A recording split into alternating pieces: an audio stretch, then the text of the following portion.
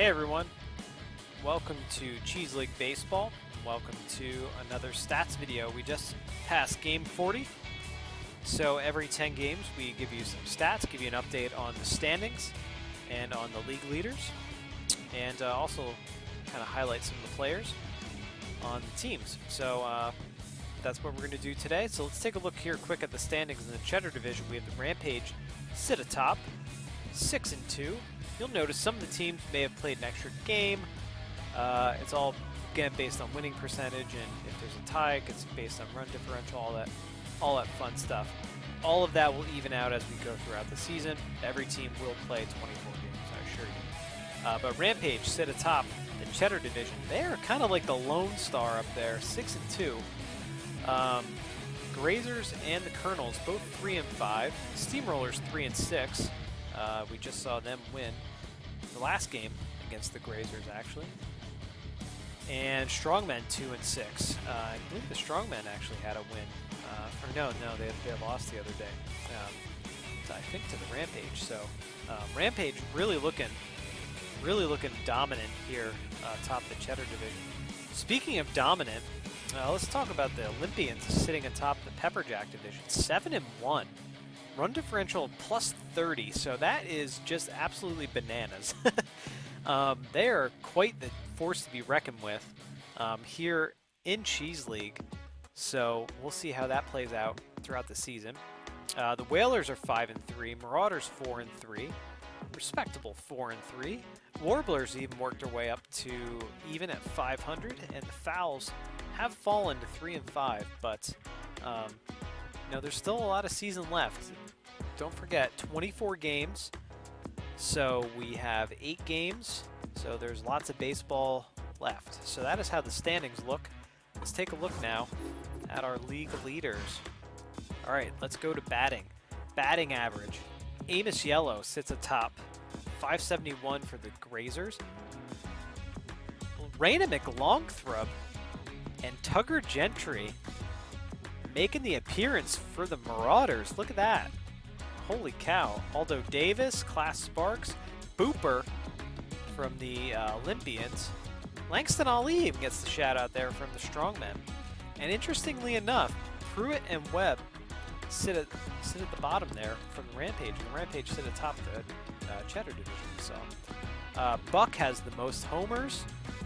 Milana Gomez, power hitting Milana Gomez, catcher there for the Strongmen. Don't count her out. She might be the home run leader by the end of the year. Shaw surprises me as a home run leader here too for the Olympians, the center fielder. Parsons, we got Jeffries, they all have 3 homers. See the folks there. Briggs and Justu Rounds from the Whalers with 2 homers each. Neil Shaw runs batted in, leads the league. Shaw's like the number 7 hitter, so it really goes to show how powerful that lineup is. You got all those people on ahead of you, so it's pretty interesting. Sits kind of toward the bottom part of that lineup. Parsons there, no surprise. Runs batted in from the Rampage. Tony Austin, Quinto from the Marauders. Booper again there. For the Olympians, got Jeffries, Carmelo McForsham. I think that is our first. It is our first feud and foul up there on the list. So that is how it works out. Look at Marty Hull even getting up there, catcher for the Olympians. And Hilldown, I wouldn't count Hilldown out. She's a pretty good left fielder there for the Strongmen. Let's take a look. On base percentage. Yellow sits atop, of course. We've got Aldo Davis from the Colonels, Sparks from the Grazers as well. McLongthrub and Gentry sit up top there. See a lot of repeat names. Trickster and Booper at the bottom there for the Olympians. Slugging percentage, Milana Gomez. Again, can't say enough about Milana Gomez. Just power hitting catcher. Absolutely love when she's up the bat for the Strongmen. Miles Pruitt there and Cash Parsons for the Rampage. No surprises. Tugger Gentry for the Marauders. Aldo Davis in there for the Colonels. McLongthrop, and then a trio of Olympians at the bottom there. Shaw, Booper, and Bernal. Bernal's first showing here. OBS, got Gomez, Davis, Pruitt, Klongthrob, you know, the regular names really showing up here. You can really see who are the top hitters of the league, and yeah, it's interesting to see all these names up there. Hits, Gertie Booper leads the league in hits. How about that? Tony Austin and Brandon McClongthrope each have 13. How about that? Let's see, who else? Any other standouts in this list? Bernal again shows up. Valentino Chang with 10 hits down at the bottom. There from the Rampage, first baseman Valentino Chang. Strongman gets some nods there with Ali and Hill down as well. Extra base hits, Pruitt, got Quinto, Hill down, Booper, Rip Lynn. And this is the first time that the Warblers have shown up on this list, at least for this episode. Rip Lynn, though, extra base hits. Got White and Rounds here from the Whalers, so it's looking pretty good. In terms of strikeouts, this is where you don't want to be, and that's where we actually have quite a few fouls and Warblers. The birds are quite represented over here. Julian Park, catcher, leads the league in strikeouts, unfortunately with 9. Lane there up top, but we got Barneswell, Charles, Lynn, and Forsham, Navarro, and Slow, and Micah Gilmore. Micah Gilmore should be power hitting second baseman. He is just not producing so far for the Rampage. Despite that, Rampage still sit atop Cheddar Division, so pretty interesting. Runs scored, Trickster sits up top there. Lester from the Fouls gets the nod. We even see Barneswell down at the bottom list there from the Warblers. Ali gets the most stolen bases. I was just going to say, I have a feeling we're going to start seeing some steamrollers here, because the steamrollers love to run. We got Proctor and dozen rolls there. Serm White does not surprise me on that list. Only 2, but nonetheless. But yeah, caught stealing again. Not surprised that a steamroller sits on top. Steamrollers love to run. They are a running team. They even tried some small ball, I think, one of the last games. So, like double stealing, bunting, stuff like that. So that's cool stuff. Yang up there as well. So, I mean, 1 caught stealing is not bad. Got a trio of Whalers and a trio of Grazers here too. All right, let's look at pitching now. Wins. We've got Dainty Simon, who's actually out of the bullpen. Mitchell Breeze actually out of the bullpen too, and I think Moises Mercado. Actually, all these guys might be out of the bullpen. No, definitely not. Mike Griffin and Russ Smalls, I don't think, or Ian Duke, Drew Clemens. You know, well, we're starting to see some of that. Now we're just starting to see regular starting pitchers and people in order. Let's see. ERA, Simon and Sims. Probably no surprise there. They're pretty darn good pitchers out of the Rampage bullpen. Actually, I think Sims might be... I want to say Sims is actually a starter. I'm looking at my notes here, folks. I want to say Vicente Sims is a starter for the Rampage. Don't quote me on that, but I feel like he actually is. But nonetheless, he leads the league in ERA. Moises Mercado and Finley Oldham, you see there. Oldham is definitely a starter. Newman there for the Whalers. Benitez for the Whalers as well. Melton and Schroeder get the nods at the bottom here for the Fouls and the Steamrollers respectively. Saves, Graham, no surprise there because the Rampage lead that division. Crawford and Harrington there. Surprise there for the Warblers. So pretty interesting. You see everybody else really has one. This is the one. All right, we're gonna get to it. I'm really interested in this one. Clarissa Newman up top for Whip. Moises Mercado there. You're gonna, again, it's kind of like hitting. You're starting to see the same names. But we got Arcane Melton from the Fouls down at the bottom there. Bo Lawson from the Fouls as well. So definitely they don't surprise me at all. And Melton is just a good reliever for the Fouls. Really like watching her pitch. Batting average against, pretty much. That's kind of what this is.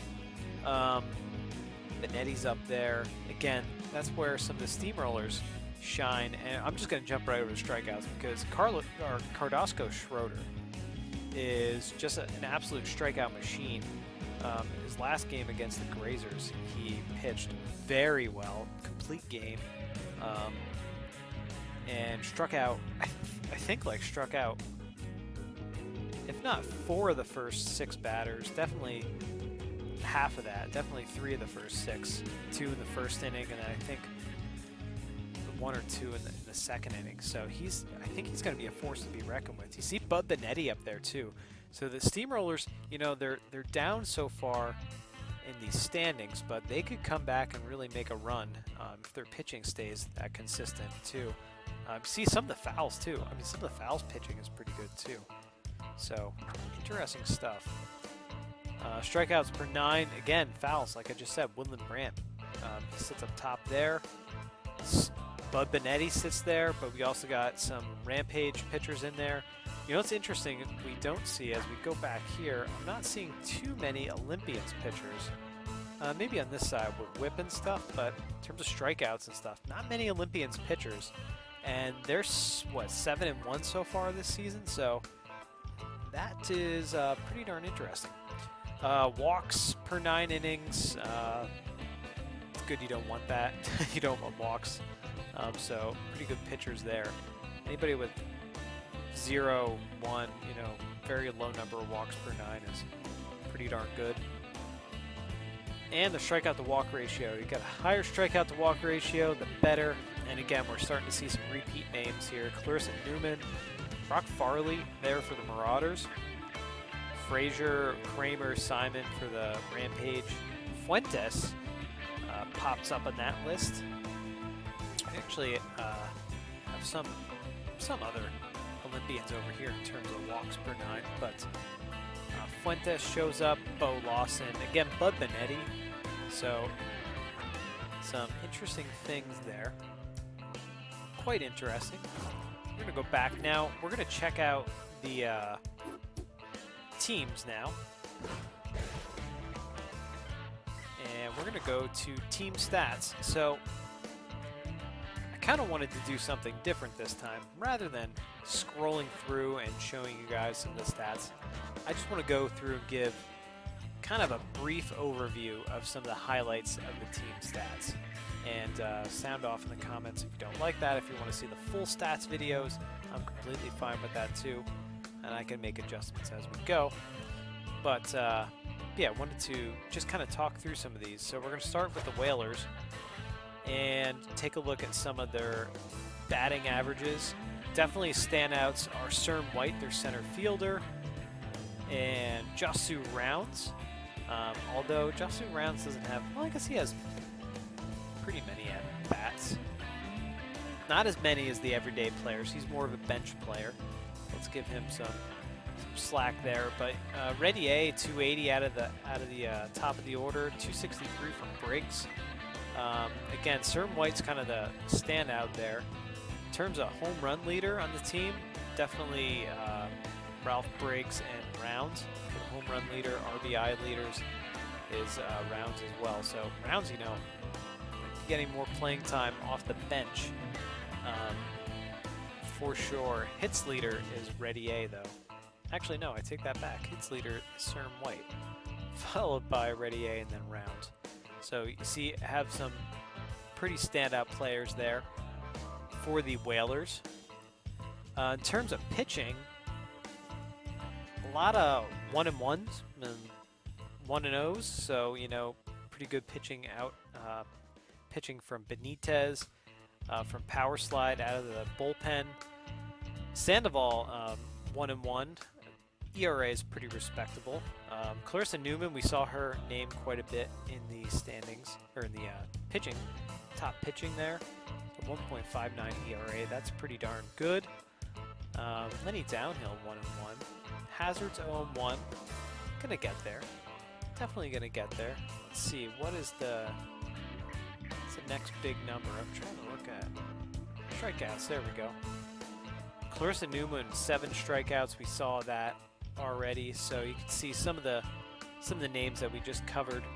This one is definitely not good. You know, Aiden Hazard giving up 10 walks is definitely something that you don't want to see. But complete games. So there are some complete games here. Lenny Downhill, complete game. Clarissa Newman, complete game. Clarissa Newman had a shutout. So those are some important stats to kind of think about and to recognize here for your team. If your team is the Whalers, I'm just looking here. Do we have saves? The only save we have is from Power Slide. We don't have any saves from their actual closer, but that's how it goes. All right, let's switch teams now. Let's take a look at the fouls. Here we go. Feud and fouls. Let's take a look at their team stats. Got Louis Huber, 259. Let's see standouts. Let's just do standouts. Kellen Moran, 296. Taylor Schmidt, 304. Hitting 304. Really like Taylor Schmidt out of that number 3 slot, third baseman. Really like Schmidt. Lester's hitting 409. That's pretty good. See, the middle of their lineup, let's say 4, 5, 6, 7. Looking a little rough there. So fouls have a little bit to go. See if see if they can make some things happen here. I mean, off the bench we got some pretty good players, Roth and Keegan Parks, and even Wallace. Gosh, these people have only had a couple of games that they've played, even a couple of at bats. So, but you know, you really gotta shout out to Lester, shout out to Taylor Schmidt. They're really kind of carrying this team. I say the top part of that lineup is kind of carrying the team. Lots of hits. Not really a standout home run person. Just people have 1 home run. Standout RBIs are definitely there. Forsham has 7 ribbies, and Lester has 6 ribbies. But definitely they got some work to do. But they're working back. They're working back for sure. Let's take a look at their rotation now. ERAs are for their starting rotation is not good.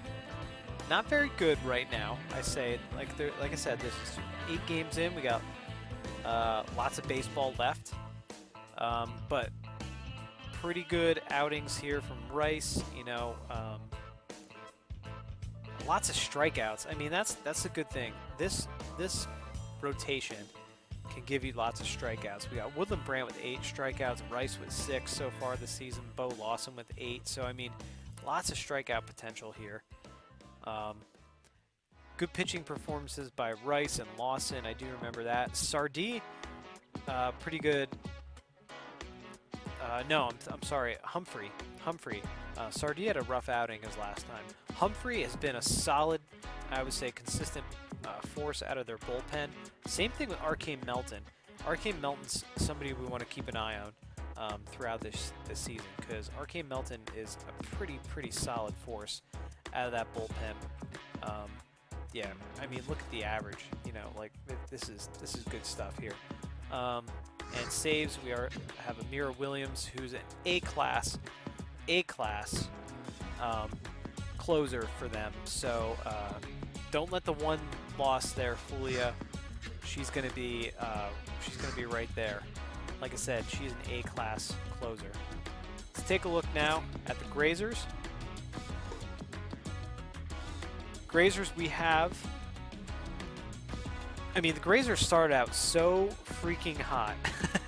let me just preface this. So you see Amos Yellow there, 667. Just Tony Austin, 452, 400 Esperanza. Esperanza, I don't know, kind of shocked me. It came out of nowhere, I think. Just really started to just rack up the hits.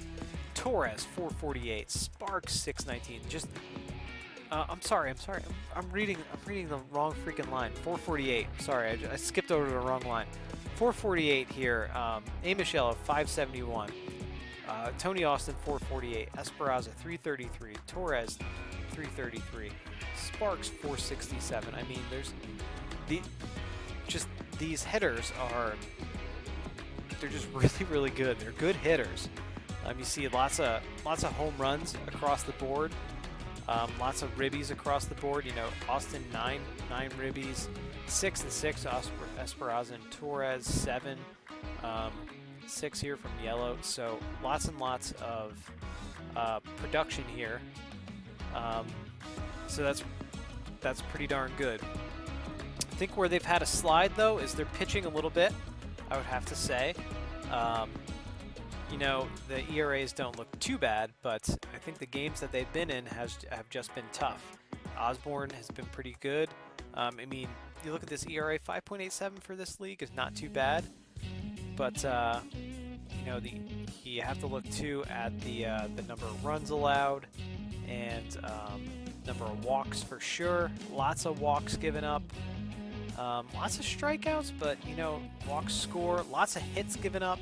I think that's part of the issue too. But they got some good players. Houndstooth out of the bullpen as kind of like a long man. It's pretty good. So they got some promise there. One save from Sella Wheeler. Sella Wheeler actually might be their closer now. I'm thinking of it. Might not be Reese. I think it is Sella Wheeler. I think it's not Reese Holloway.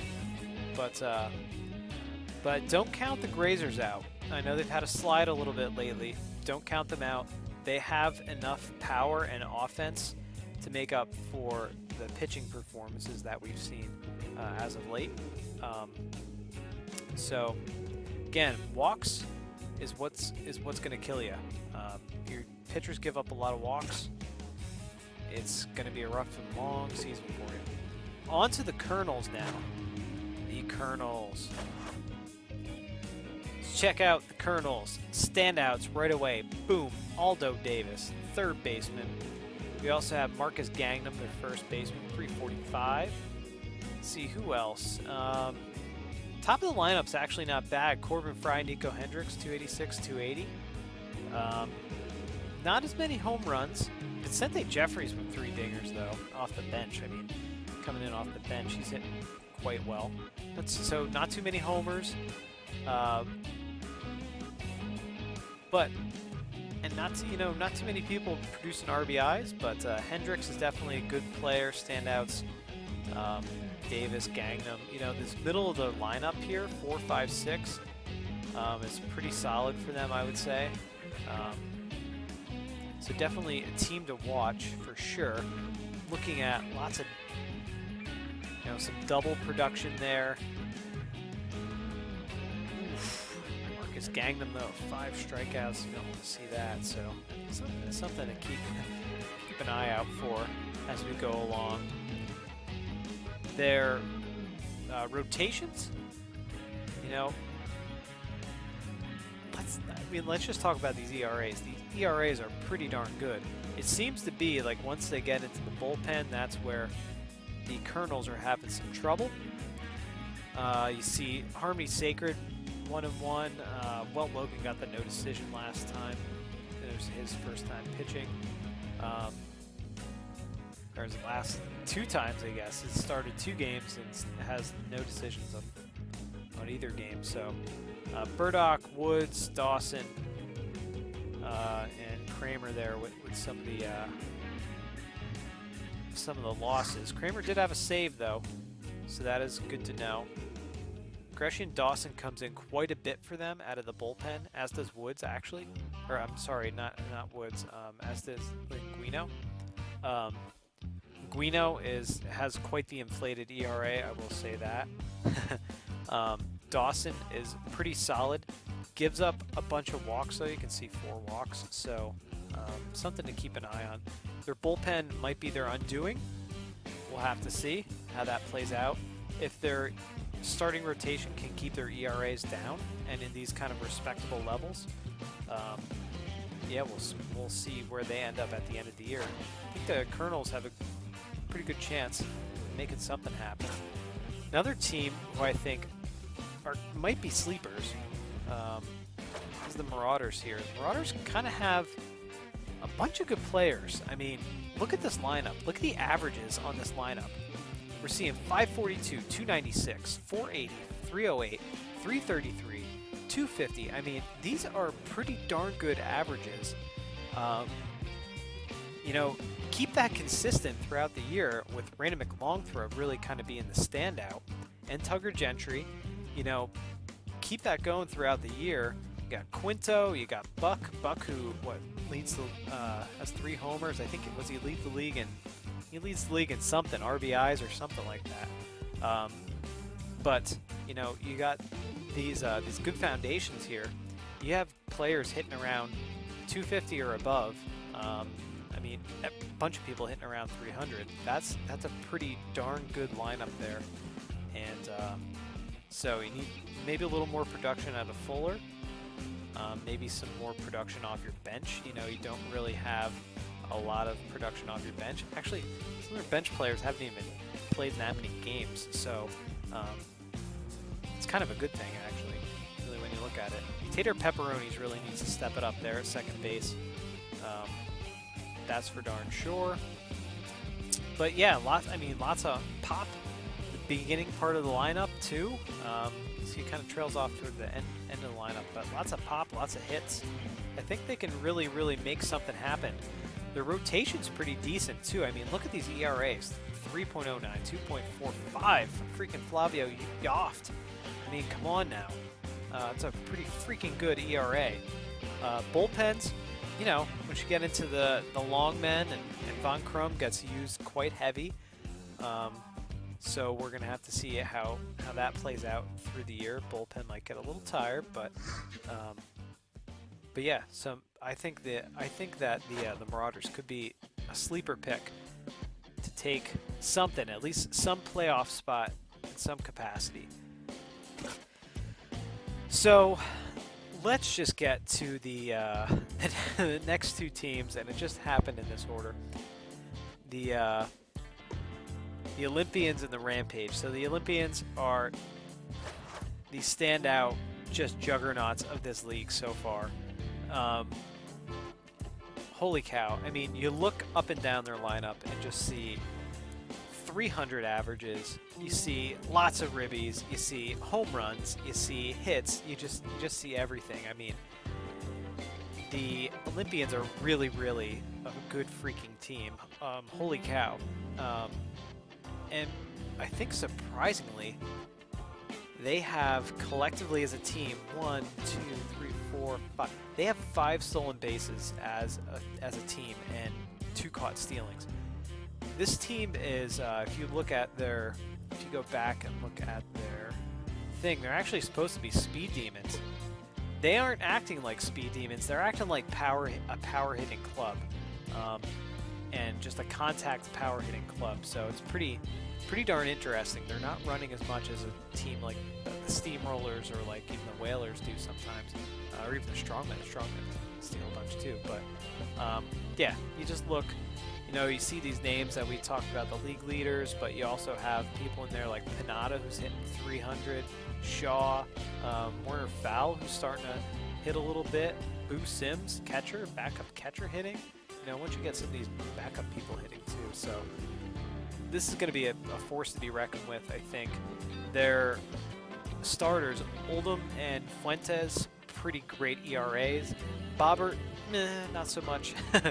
Has struggled a bit. McClary had a really good game last time. Bugles, I think we've seen Bugles, I guess, twice now, huh?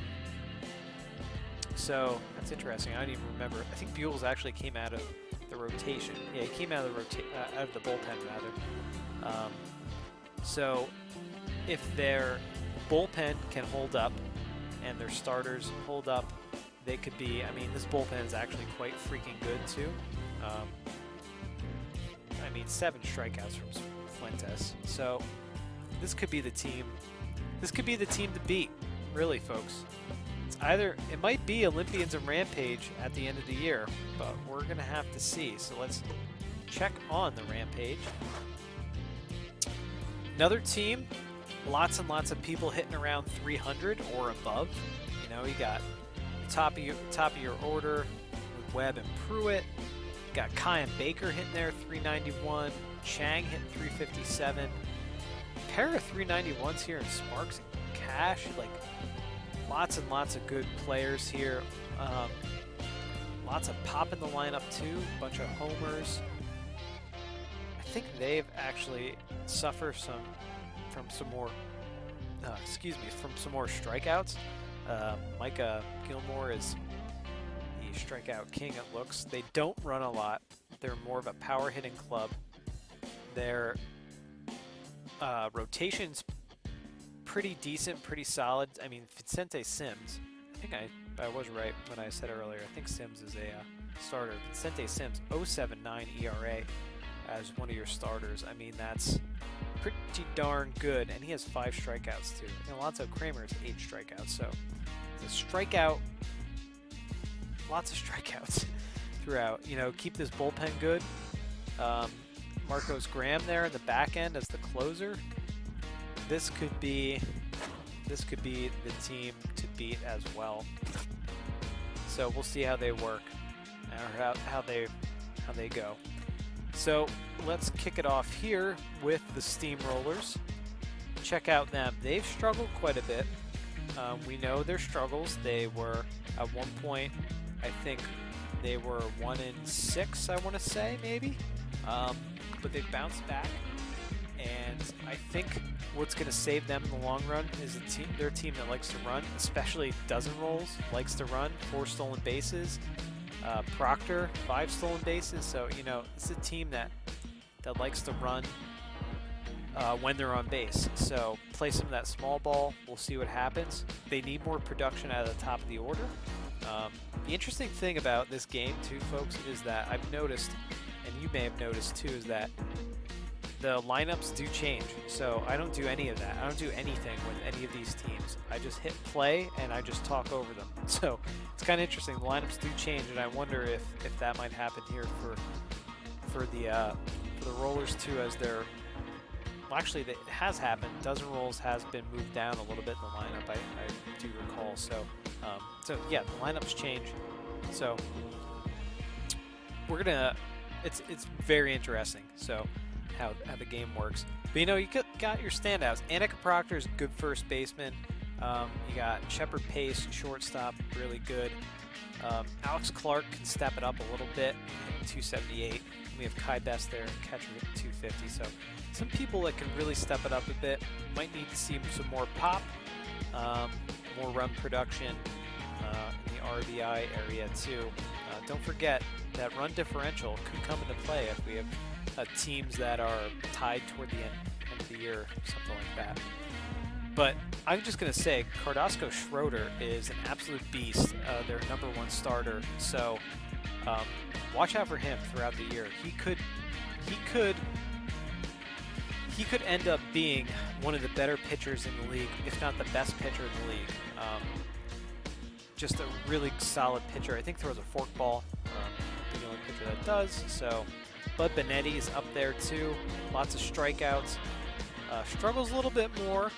Higher ERA, has 2 losses, but I think the ERAs of the Steamrollers are actually for their club, with the exception of Clementine Silva. The ERAs of their club are actually some of the lower ones that we've seen, really, I think. So this could be, I want to say that the Steamrollers are going to come back, and I think they're going to be right in the thick of it toward the end of the year. The Strongmen. Let's take a look at the Strongmen. They've struggled as of late. They started, I'm going to say they started, I thought they were going to be a little bit more of a power hitting club. You know, Milana Gomez is the absolute standout, and Hilldown too. And I guess Ali, but Milana Gomez just sticks in my head because I don't think she was actually, this is an interesting thing, I don't know if she was the actual starting, maybe she was the starting catcher for the team. I don't know how the algorithms or how any of this stuff works in the background, but I feel like she wasn't, and then she was because she hit like 2 home runs in her her first time up. You see, she doesn't have a lot of at-bats. She doesn't have as many at-bats, but or as many, I guess. Doesn't have as many, but is 3 home runs. Definitely power hitting catcher. They need more production. You know, Briefs is kind of stuck in the middle there, up at the top of their lineup. They need more production out of them. Middle of their lineup, they need some production. It's kind of like Gomez, Hilldown, and Ali are kind of carrying this team right now. So I'd like to see some more production out of them. They steal quite a bit too. So we see Ali is a bunch of stolen bases. So they could run. They could make some things happen on the base pass to get to some of these players and see what happens. I think the one thing that they've struggled with is, as you can well see, is their starting pitching and their bullpen. Starting pitching has been a little rough for them. 13, 9, 10. Once it gets down to Gallegos, who had a pretty decent outing his last time, then it gets okay. But you see in their pen, 12 and 19. So we'll see how that plays out. Let's see how that plays out with them. Cynthia O'Donnell did get roughed up, I think, her last time. So Strongmen are, like I said, it's still early. Strongmen could still be in it toward the end of the year. The Warblers, it's a team that we don't have a lot of standouts from. We don't have a lot of stats and league leaders from the Warblers, but they, you know, they're kind of a run-of-the-mill, kind of middle team right now.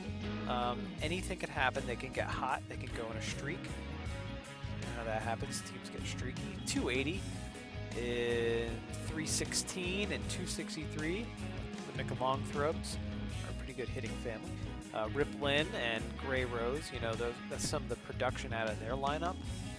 But really after that, they're kind of struggling. Oh, I forgot Barneswell there. My apologies. Other than that, they're kind of struggling. Watson, Johns, Ortiz, Yang. We need some more production from them and some more production. I mean, Holloway comes off the bench and hit 667. Maybe pop him in every now and then. So just not a lot of offense. That's kind of what you're seeing. Not a lot of RBIs. Not a lot of, well, maybe pretty decent amount of RBIs. Now I'm looking at it. 6 RBIs, 5 RBIs. I don't know, they're just not getting as many hits as they're getting at bats, and it's kind of rough. So the ERAs are pretty decent, surprisingly, for this team. I think they've just had a start to the season. I'm going to just check my notes here. I think they might have just had a start to the season where they're playing really tough teams. I mean, they played the Fowls. I'm seeing on my notes. They played the Fowls actually twice. We had the Battle of the Birds. Actually beat them twice, though, I believe. They played the Olympians the last game, and that's just not fair. You know, they played the Grazers a couple of times, I think, maybe too, so they might have just come up against some real tough teams there first. They played the Olympians twice already, so there it is. So maybe they just haven't had gotten to the good part of their schedule where they're able to kind of meet teams that are more on their level, and then we'll see what happens when that comes up as we go throughout the season. And I think we're right back to the Whalers, and I think that is where we started. Do believe that is where we started. So that, folks, is that, folks, is how it breaks down for Cheese League after game number 40. That's our stats. I kind of enjoyed doing this more, talking through this more with you guys. If you did like this better, then definitely leave it in the comments below. I think this is better than just me kind of going through the stats and allowing you guys to pause it and stuff. Just more entertaining, I feel. But let me know what you think in the comments below. And we're off to game number 41. And yeah, game number 41 coming up. There you see the league standings. Have a good one, folks. If you like this video, be sure to subscribe to the channel. If you like Cheese League Baseball, be sure to subscribe to the channel. Give a thumbs up to our videos. Hit the little ringy-ding bell and get notifications for when we have new videos posting. Don't forget to follow us, too, on Twitter at geek_cheese. That's where we'll have announcements, schedule announcements, news, all that kind of stuff, all related to the Cheese League there, and all that good fun stuff. So thanks everyone for watching. We will catch you next time. See ya. Bye.